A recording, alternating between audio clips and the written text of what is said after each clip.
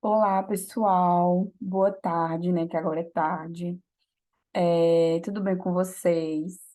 Hoje eu vou falar para vocês sobre a saúde do idoso, né? A gente já teve essa aula ontem, porém teve os empecilhos, né? Que impediram a gente de ter uma aula adequada, né? E também, no final, eu achei que estava gravando e acabou desconectando o nosso Zoom, né? Porque tem um limite de tempo. E aí atingiu esse limite de tempo, eu acabei não vendo e a aula se encerrou e não gravou, simplesmente. Foram quase 2 horas de aula e zero gravação. Então, eu vou abrir o slide novamente. Para quem também teve dificuldade com a internet, eu vou dar uma pincelada no que foi dito ontem, tá? Só por conta disso, porque a nossa aula precisa estar gravada para as pessoas que tiveram dificuldade de acesso por conta de internet, enfim, eu vou compartilhar a aula com vocês e a gente vai olhar tudo de novo, tá bom? E é uma forma de vocês prestarem atenção e estudarem, porque é conteúdo de prova, certo? Vamos começar a nossa aula. Deixa eu compartilhar aqui o slide.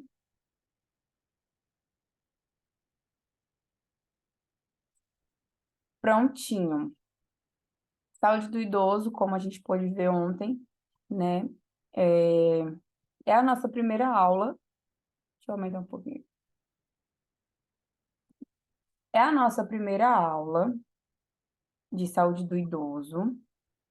Primeira aula, porque assim, a última aula de Viviane foi dada no dia 29 do mês passado. Dia 29 do mês passado. E aí a gente vai dar continuidade a essa aula hoje. Ela mandou alguns slides para mim, só que dentro desses slides eu pude pegar algumas coisas e elaborar o meu próprio slide, tá certo? E aí a gente vai se programando. O nosso conteúdo programático vai ser basicamente isso que eu mostrei para vocês em sala de aula. Dia 29 a gente vai ter, foi a última aula de Liliane que ela administrou para vocês. Dia 5 que no caso no dia 5 do 6 foi a aula prática no laboratório que eu tive com foram duas turmas, se eu não me engano. No dia 12 no dia 12 do 6 a gente teve as apresentações de seminário, né, 12 e de 19. Ontem a gente teve nossa aula sobre epidemiologia e envelhecimento populacional, que a gente vai falar hoje novamente sobre essa aula. E dia 10 da semana que vem, a gente vai falar sobre nutrição da pessoa idosa.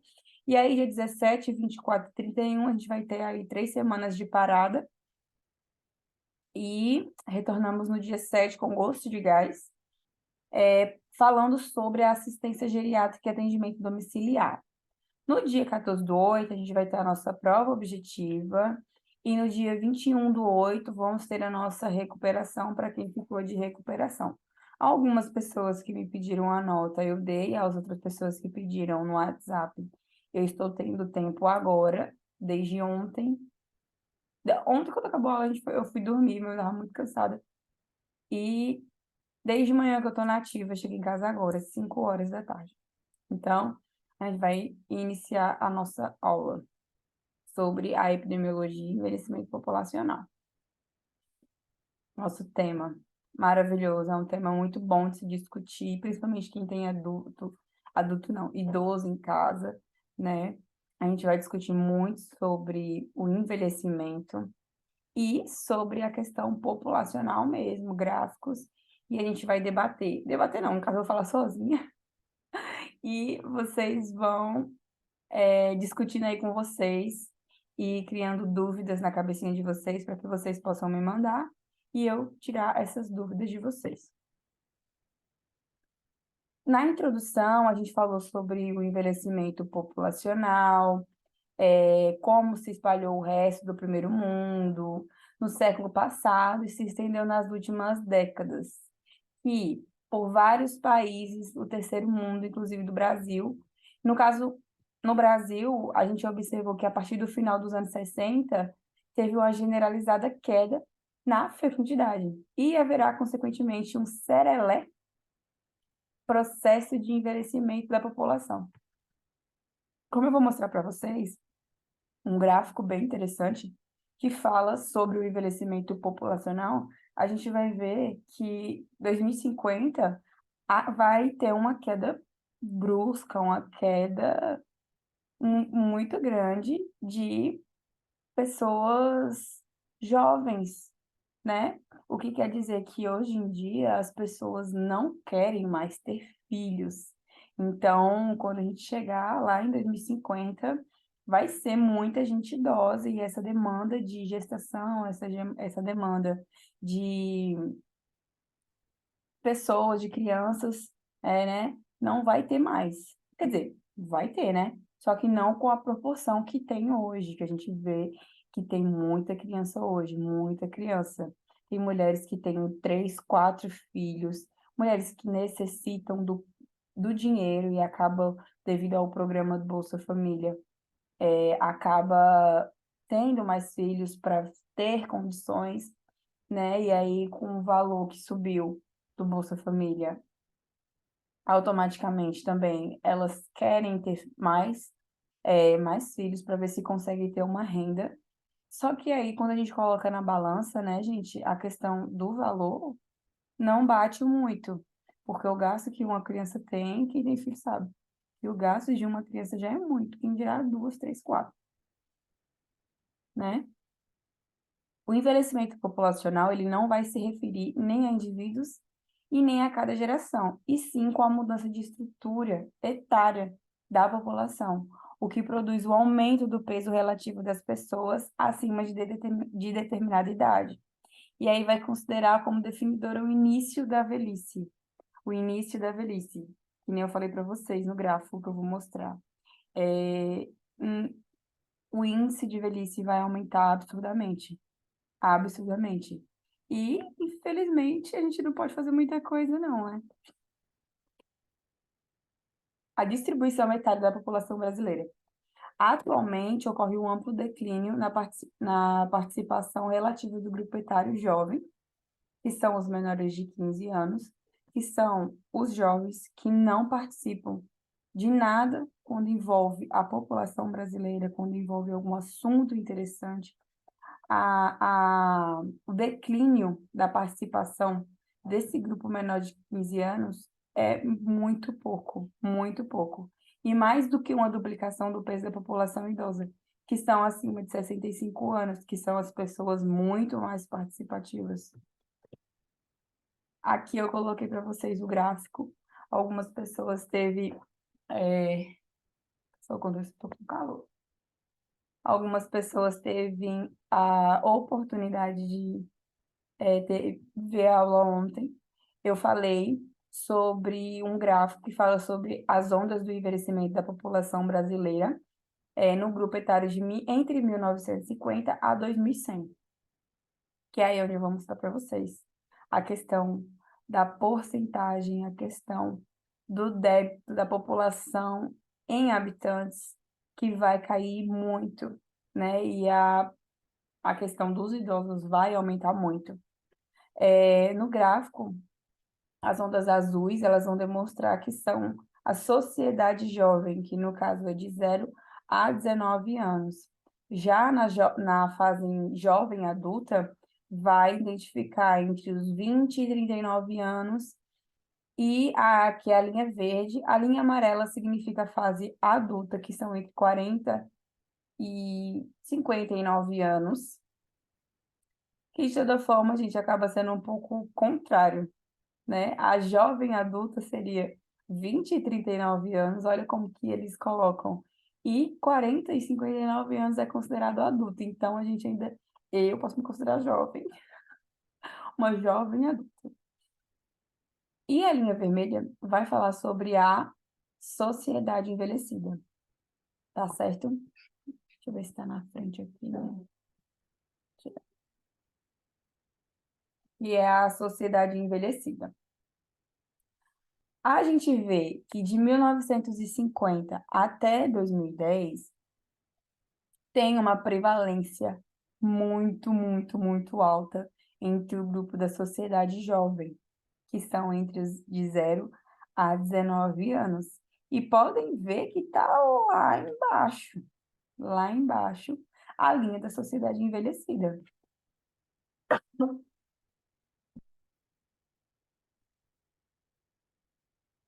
Desculpa, gente. Então, dá para a gente ver que a linha da sociedade envelhecida acaba ficando bem mais para baixo, né? A que prevalece é da sociedade jovem. Já entre 2010 e 2030, 35, meados aí, 30, 35, dá para observar que a sociedade jovem acaba tendo um declive, né?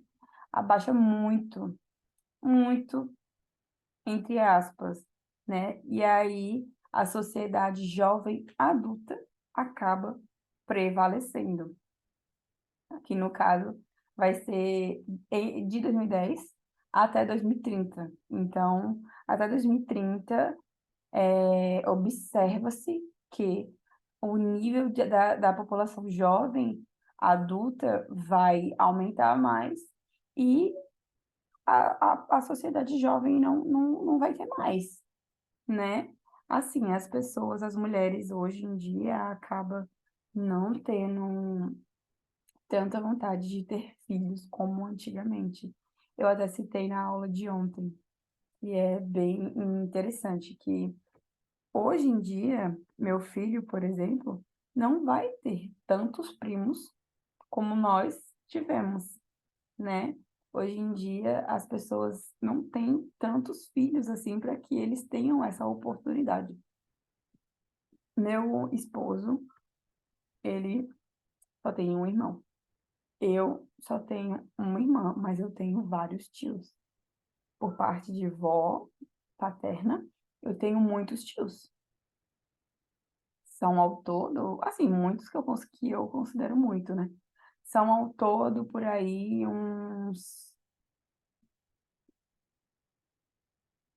cinco, uns cinco.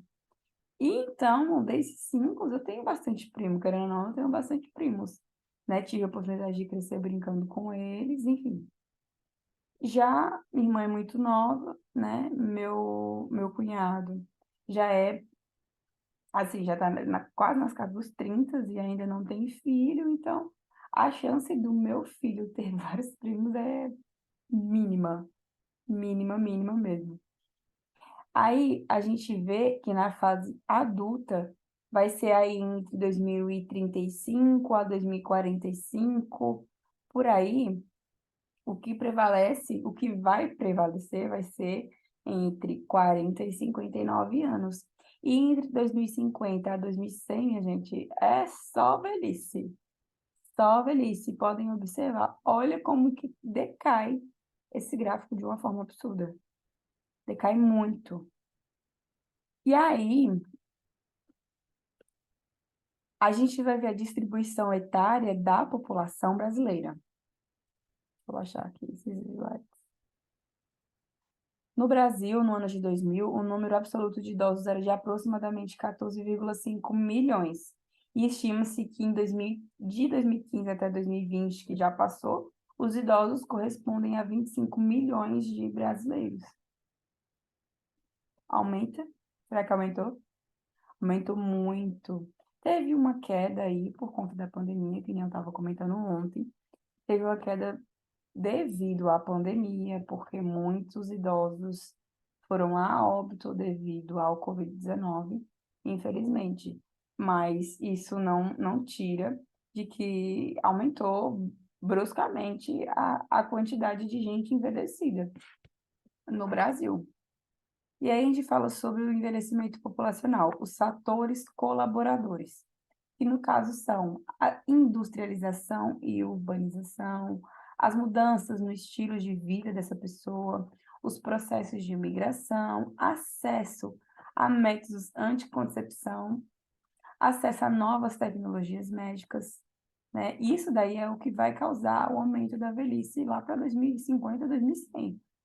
As pessoas elas estão se prevenindo muito e não querendo ter filhos, né? Hoje em dia a gente vê esses grupos de feministas, como eu falei ontem, eu não tenho nada contra as pessoas feministas, mas, infelizmente, eles não lutam pelos direitos das mulheres, eles lutam, algumas, né? Porque tem a parte das feministas que realmente lutam para o direito delas. Mas tem outras que é totalmente vulgar e aí envolve a questão do aborto, que eu não concordo. Também não tenho nada contra quem concorda, né, a legalização do aborto. Eu não abortaria. E isso daí acaba causando, de uma forma, a diminuição da população. Porque, além de aborto ilegalizado, né, acaba que elas não querem ter filhos. Não querem ter filhos. E aí o acesso de métodos de anticoncepção aumenta muito mais. Muito, muito mais. Meu filho tem 7 anos e poderia pensar em ter outros filhos. Penso ainda em ter outros filhos, mas, graças a Deus, o meu método contraceptivo está sendo eficaz. São 7 anos. E está dando certo. Já tem gente que não dá certo. Que mesmo com todos os métodos que a gente sabe que nem todos, nem todos não, nenhum é 100% eficaz. Mas ele tem a sua porcentagem de funcionalidade, né, gente? Isso aí a gente não pode negar. E a questão dessa tecnologia de hoje em dia acaba ajudando muito, acaba ajudando demais. A gente tem o DIU de cobre, DIU de Mirene, o que não tira a possibilidade de engravidar, mas já ajuda bastante, né? A gente também tem o Implanon, que é colocado no braço, não sei se vocês já viram, mas é um método bem interessante também que as mulheres estão colocando indolor, né? As ginecologistas colocam, e os enfermeiros também agora têm a pauta, né? Foi criada uma lei que os enfermeiros eles têm o direito de colocar sim nos postinhos de saúde, só que precisa estar apto para fazer esse tipo de procedimento, não é qualquer pessoa que sabe fazer. O envelhecimento populacional, ele vai ser, é importante ressaltar que a passagem de uma situação de alta mortalidade, mais alta taxa de nascimento, para uma de baixa mortalidade e gradualmente baixa fecundidade. Traduz numa elevação de expectativa de vida média ao nascer e no aumento de pessoas que atingem idades mais avançadas. Aqui no Brasil, a gente vê que a esperança de vida representa o número esperado de anos a serem vividos em média em uma população. A idade de 33,7 anos, 43 anos, 57, 52,7, 61,7. E aí a gente vai prever que ultrapasse dos 75 anos em 2005 ou 2025. Vamos ver quantas pessoas vão ultrapassar dos 75 anos em 2025, o que eu acho muito difícil, até porque as coisas acabam mudando, a alimentação não é mais a mesma de antigamente. Hoje em dia, quando chega a velhice, a gente não, a gente não vai ter mais velhos como antigamente, a verdade é essa. Por exemplo, hoje em dia é muito difícil a gente ver um engenho funcionando. Me diz, pelo amor de Deus, quem é o jovem que vai ter a curiosidade de aprender como faz uma rapadura? Não tem, não tem. As menininhas de hoje não sabem fazer curau. Só quem faz é minha mãe e minha avó, então eu acabo me pegando, gostando tanto e fico com preguiça de aprender. Mas eu sei que se elas não sobreviverem mais, daqui a gente sabe, né, que a gente vai perder, E isso a gente vai acontecer, gente, porque eu não sei fazer. Meu filho não vai saber o que é um gostinho de curau, o gostinho da avó, porque ele não come também. Mas eu não sei fazer. E os jovens também não têm interesse de procurar saber como faz as comidas de antigamente, comidinha de vovó, ai, tão gostoso, comidinha de mamãe. Mas a gente sabe que a gente não vai ter isso pro resto da vida, né? O envelhecimento populacional, vamos falar sobre a definição, vai ser as modificações em longo prazo dos padrões de mobilidade, invalidez e morte que caracterizam uma população específica e que geralmente coincidem com outras transformações demográficas, sociais e econômicas. O envelhecimento populacional, a gente vai ver que aumenta as mortes e doenças de incapacidade, aumenta, e abaixa o desenvolvimento social, econômico, tecnológico mais amplo. O que que significa, voltando aqui, o que que significa essas mortes e doenças de incapacidade que vai aumentar? Alzheimer, hoje em dia está tendo muito, Parkinson, hoje em dia está tendo muito, está aumentando muito a demanda de pessoas hipertensas e diabéticas. Isso influencia demais no desenvolvimento social, econômico e tecnológico. A transição demográfica ela vai ser um processo gradual, no qual a sociedade ela passa de uma situação de altas taxas de fecundidade e mortalidade para uma taxa de baixa mortalidade e gradualmente baixa fecundidade. A população acima de 60 anos ela vai representar atualmente 9% da população brasileira. Em 2020, segundo Camarano, em 2020, projeta-se que a população idosa representará 15% da população brasileira, o que já causou, né? Já causou. A gente já está em 2023, então hoje em dia pode aumentar, pode colocar aí os seus 30% da média da população idosa. E cada dia mais aumentando. Representa cerca de 30 a 40% de demanda do serviço de saúde. A gente vê aqui nos postinhos de saúde a demanda de gente idosa, de visitas domiciliares para pessoas idosas, aumenta muito. Aumenta não, já aumentou muito, né? E a demanda do serviço de saúde em 2020, vocês aqui têm uma estimativa que foi 70%. Mas e aí, o que é que vocês acham? Vocês acham que aumentou até 70% ou foi menos?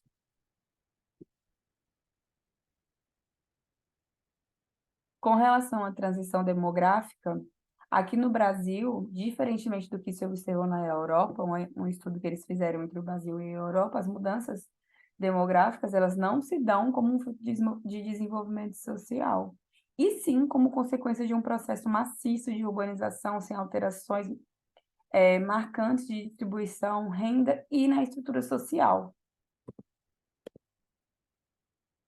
A transição epidemiológica vai ser a mudança nos padrões de morbimortalidade, principalmente pelo declínio das doenças infectoparasitárias. E aí vai ter o aumento das doenças crônicas degenerativas, o que já está causando isso na população idosa e também na população jovem. Eu comentei com vocês ontem em sala de aula, aqui no computador, e Parkinson, por exemplo, é uma doença degenerativa. Falei também que ela é uma doença genética, tem que ter algum parentesco que teve Parkinson, porém, não só genética. É interessante ressaltar que o Parkinson, ele também pode ser adquirido em ambiente de trabalho. Por exemplo, algum lugar que a pessoa trabalhe, tem um contato muito próximo com gasolina, etanol. E isso daí pode causar danos seríssimos neurológicos em qualquer pessoa. Inclusive, comentei com vocês também que no postinho, que no posto de abastecimento, eles têm que fornecer a máscara para a pessoa fazer o abastecimento do carro, da moto, do caminhão, seja lá o que for. Porque corre um risco muito grande de ter algum problema neurológico. né? O cheiro é muito forte da gasolina.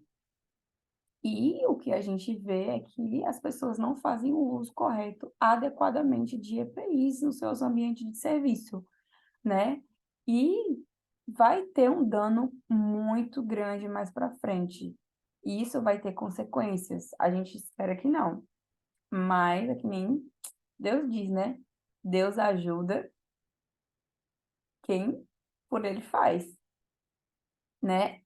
Faça por ti que eu te ajudarei, melhor falando. Então, não adianta ele dar oportunidade para você se proteger e você acabar não se protegendo. No Brasil, a transição epidemiológica não tem ocorrido de acordo com o modelo experimentado pela maioria dos países industrializados, e mesmo por vizinhos latinos-americanos como Chile, Cuba e Costa Rica, que fizeram esse mesmo estudo. Há uma superposição entre doenças transmissíveis e crônicas generativas. Há uma reintrodução de doenças como dengue, cólera ou recrudescimento de outras doenças como malária, hanseníase, leishmaniose e hanseníase. Hoje em dia, sim, tem muitas pessoas com hanseníase que não possuem o cuidado adequado, né? E aí a importância da visita domiciliar a esses idosos é muito importante a visita domiciliar para esses idosos. Também tem tuberculose, não tem aí, mas tem a questão da tuberculose, que é muito importante a gente fazer essa visita e ter a ficha de preenchimento de todos os pacientes e ficar por dentro de tudo, né? A morbimortalidade, ela vai persistir e é elevada para ambos os padrões, caracterizando uma transição prolongada às situações epidemiológicas de diferentes regiões em um mesmo país e vão se tornar contrastantes, que no caso seria polarização epidemiológica, como se diz. Aqui eu coloquei para vocês uma tabela falando sobre as principais causas de mortalidade de idosos no Brasil. Em primeiro lugar vai estar as doenças do aparelho circulatório, neoplasias como tumores, doença do aparelho respiratório, sintomas ex-clínica de laboratório, doenças endócrinas, nutricionais e metabólicas, doenças de aparelho digestivo, causas externas, mortalidade e morbidade, algumas doenças infecciosas e parasitárias, doenças do aparelho geniturinário e as doenças do sistema nervoso. Essas doenças do sistema nervoso, hoje em dia, elas estão muito mais acima, né? As doenças do aparelho circulatório acabam envolvendo muita coisa, como, por exemplo, a pressão alta, o rins, o pulmão, doenças cardiorrespiratórias. Tudo isso está envolvido no aparelho circulatório, porque se o aparelho circulatório não funciona, o resto também não funciona. Então, tá no primeiro porque tudo vai englobar o sistema circulatório. O perfil do envelhecimento populacional do Brasil. Ele é dividido a cerca de três dimensões, né? O primeiro são os arranjos familiares e os rendimentos. O segundo são a saúde e o terceiro a mortalidade. Os arranjos familiares vai ser as pessoas que são chefes de família, com aumento da proporção de filhos que estão morando junto ali com aquele idoso, vivem menos na casa de parentes, rendimento médio aumentado, levando a uma expressividade dessa renda no orçamento familiar e a diminuição do grau de pobreza e da indigência. Aqui eu coloquei para vocês uma taxa das doenças e as idades variadas entre homens e mulheres, né? Dá para a gente observar que doenças de coluna e costas estão bem acima. Estão bem acima. Hipertensão, a gente vê que os homens têm mais problemas com hipertensão do que as mulheres. Doenças de coluna ou costas, os homens também possuem essa dificuldade maior do que as mulheres. Com questão de artrite e reumatismo, As mulheres aí estão dando prevalência com 38,2% e os homens só com 29%. A diabetes acaba que os homens possuem mais, um índice bem maior. Depressão. As mulheres possuem uma alta taxa de depressão, bronquite ou asma, doenças renal crônicas, tendinite e câncer.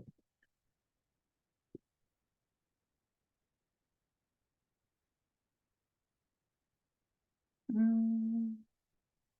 Perfil do envelhecimento populacional do Brasil. A gente vai falar sobre a mortalidade, que no caso são as doenças do aparelho circulatório, independente do sexo, tá, pessoal?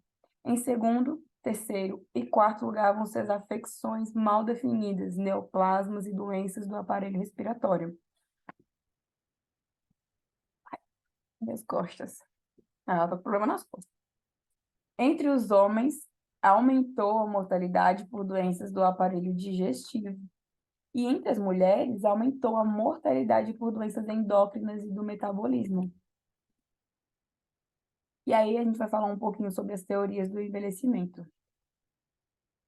O processo de envelhecimento varia não apenas entre indivíduos, mas também entre os diferentes sistemas de uma mesma pessoa.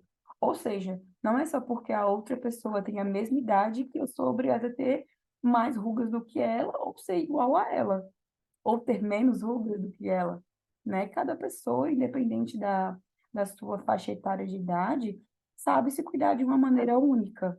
Hoje em dia, a gente vê as pessoas usando mais protetor solar, né? E a melanina também ajuda bastante as pessoas negras. Não possui tantas rugas como uma pessoa branca. Eu tenho uma tia que tem, bem dizer, a mesma idade da minha avó, mas não tem ruga. É normal. E aí a gente vai sobre a teoria de estocásticas, o envelhecimento biológico, ele vai fundar-se na ideia de que a deterioração associada à idade avançada, ela vai ser a acumulação de danos de moleculares que ocorrem ao acaso. Tais macromoléculas defeituosas, elas vão poder se acumular e dessa forma vão ocasionar a perca de função e de informações vitais para as células. A quantidade dessas macromoléculas incorretas vão alcançar um nível em que algumas ou outras células de um ser vivo estariam tão deficientes metabolicamente a ponto de causarem a morte do próprio organismo. E aí, quais são esses tipos? A teoria do uso e desgaste, proteínas alteradas, mutações somáticas, dano oxidativo e radicais livres, que acontece muito, e a lipofuscina e o acúmulo de detritos. A teoria do uso, desgaste, vai ser o envelhecimento e a morte, que seria um resultado constante da exposição dos diversos tecidos às injúrias ambientais, que também causam várias percas moleculares do nosso rosto. Então, por isso que é importante o uso do protetor solar, o uso de vitamina C, essas colágeno que a gente ingere, né, que são aqueles pozinhos. Isso tudo vai ajudar as macromoléculas da gente a não envelhecer tão rápido, não ter aquela morte tecidual tão rápido. A teoria das proteínas alteradas vai ser o envelhecimento derivaria, derivaria do acúmulo de proteínas que tiveram erros nos processos de transição, que são os processos de tradução. A teoria das mutações somáticas são um envelhecimento que seria a consequência do acúmulo de mutações somáticas, e com a avançada da idade ela vai alterar a função dos diversos órgãos corporais, como a mutação, da mutação vai ter a perpetuação da mutação durante a divisão celular e o aumento do número de células mutantes do organismo. E disso daí vem um mau funcionamento dos tecidos, dos órgãos e sistemas, e a partir disso, vai ter o declínio das funções orgânicas. As teorias do dano oxidativo e radicais livres, elas vai ser as moléculas que são capazes de danificar as proteínas, que são as enzimas e o DNA. E aí vai ser substituído moléculas com formações biológicas úteis por moléculas defeituosas, que vão se acumular com o tempo, causando toda aquela fragilidade. A teoria do acúmulo de detritos, que no caso seria a lipofuscina, ela é o acúmulo de detritos, que são os produtos do metabolismo no interior da célula, sem turnover, no caso, sem eliminar o mesmo. E aí vai gerar o envelhecimento e a morte celular bem mais precoce. A lipofuscina ou lipofuscina, como cada cientista fala de uma forma diferente, só que tem o mesmo significado, é o pigmento castanho amarelado que ela se acumula nos neurônios e nas células cardíacas. E aí a gente vai falar um pouco sobre as fases da vida. Vamos falar sobre a infância, que é entre 0 e 9 meses. A infância, ela é um período da vida humana que vai do nascimento à pré-adolescência, e é a fase da vivência e a percepção do mundo a partir do olhar, do tocar, do saborear, do sentir e do agir. E aí chega a fase da alimentação na infância, que é de extrema importância, inclusive o aleitamento materno, que deve ser exclusivo até os seus 6 meses de idade, sem, sem acrescentar nada de comida, porque a gente sempre acha que as crianças precisam de mais comida, quando na verdade só o leite está fazendo todo o trabalho necessário ali naquela criança. Vai ser de extrema importância a alimentação durante essa infância e tem que ser rica e balanceada, né? O que nem sempre vai ser fácil. E aí uma alimentação saudável, ela vai garantir um desenvolvimento físico, intelectual, prevenindo os distúrbios nutricionais, como, por exemplo, que é muito frequente visto a anemia, desnutrição e obesidade, além de osteoporose também, né? As meninas aí que apresentaram o trabalho falando sobre osteoporose, hipertensão e diabetes tipo 2 na vida adulta. Tudo isso pode sim causar na criança, principalmente se as mamães teve aí uma diabetes gestacional, uma pré-eclâmpsia, isso tudo. Eita, quase não sai agora. Isso tudo pode sim influenciar no pós-nascimento da criança. Ela pode sim nascer com diabetes tipo 1. E aí a gente tem que ter aquela alimentação regradíssima, só leite. Às vezes até o leite industrializado que a gente vai estar dando para essa criança pode aumentar ainda mais a diabetes. E é normal aumentar, porque ela já está acostumada ali no corpo da mãe, a necessidade de açúcar, né? E aí quando nasce vem o sono excessivo, enfim. As fases da vida, que no caso vai ser a pré-adolescência, que são de 10 a 14 anos, e aí nessa faixa etária a criança vai passar a compreender mais a sociedade e vai ser marcada pelo início das intensas transformações físicas, né, que são o crescimento dos pelos pubianos, né? Vai ver ali uma modificação nas suas partes íntimas, vai perceber que tá nascendo um bigodinho, o peitinho tá crescendo. E é a fase que a gente precisa estar sempre acompanhando, a gente não pode tirar o olho, a gente não pode perder. E aí, nessa fase, é uma necessidade? A gente sabe que os adolescentes hoje têm uma necessidade de se alimentar bem, né, ao longo do dia, por conta do gasto energético. E aí vai precisar repor essa energia a partir dos alimentos que vão ser ingeridos por elas. E aí acaba se substituindo no meio do dia ou no final do dia por um hambúrguer, uma pizza, ou uma besteira. Se não comerem, por exemplo, o pequeno almoço logo de manhã, nas primeiras aulas da manhã não vão ter açúcar no cérebro, que faz com que não tenham o mesmo rendimento escolar do que se fosse uma refeição de qualidade.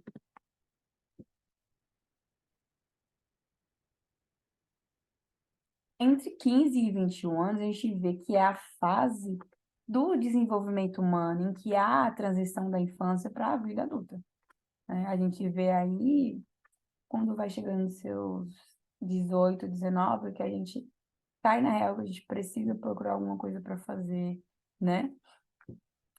Vai ter o resto do desenvolvimento físico e do desenvolvimento social. a gente vai ver onde a gente se encaixa melhor, onde a gente não se encaixa melhor, e vai definir a nossa personalidade. A alimentação saudável na adolescência, ela deve ter como objetivos possibilitar o desenvolvimento máximo das características energéticas que a gente precisa para o cérebro, osso e, enfim, aumentar a capacidade de resposta imunológica para poder reduzir a susceptibilidade às doenças infecciosas e entre outras. Impedir o aparecimento de doenças metabólicas degenerativas, beneficiar a competência mental, favorecer a atenção e, assim, melhorar as aptidões escolares. E aí a gente vê que a fase da nossa vida é super, ultra, mega dividida, de 7 em 7 anos. E aí a gente vai ver que muda pessoas, lugares e os acontecimentos. Entre 0 e 7 meses, o mundo é muito bom, família, começa a nascer os dentinhos de leite, formação neurosensorial, nasce do corpo físico, e aí a criança começa a imitar, é tudo muito lindo. De 7 ao 14, a gente vê que o mundo é belo, tem a casa, da casa a gente vai para a escola, tem a nossa autoridade amada, entre aspas, né? A gente cria fantasias, a gente observa a natureza, formação de sistema rítmico, a gente vai pegando o ritmo da vida. De 14 a 21, a gente vê que o mundo é verdadeiro, busca por heróis, né? As meninas apaixonadas, amigos, ruptura de pais, começa aquelas intriguinhas chatas, né? Entre adolescente e pai, sistema metabólico, motor sexual, começa tudo por aí. Pertencente a grupos, já aí começa a querer se encaixar nos grupos. De 21 a 28, a gente vê que vai ter os nossos altos e baixos, a gente vai experimentar a busca do nosso lugar, vamos ter a nossa autocrítica, crise de talentos, a gente vai descobrir muitas coisas. De 28 a 35, a gente vai ver que a gente conquistou muita coisa. Planos com menos dor, tá? A autoaceitação. De 35 a 42, a gente fica pensando nas coisas que a gente vai fazer. A gente começa a consolidar lugar. A gente vê aquela comparação entre ser e ter. Queremos ir mais devagar.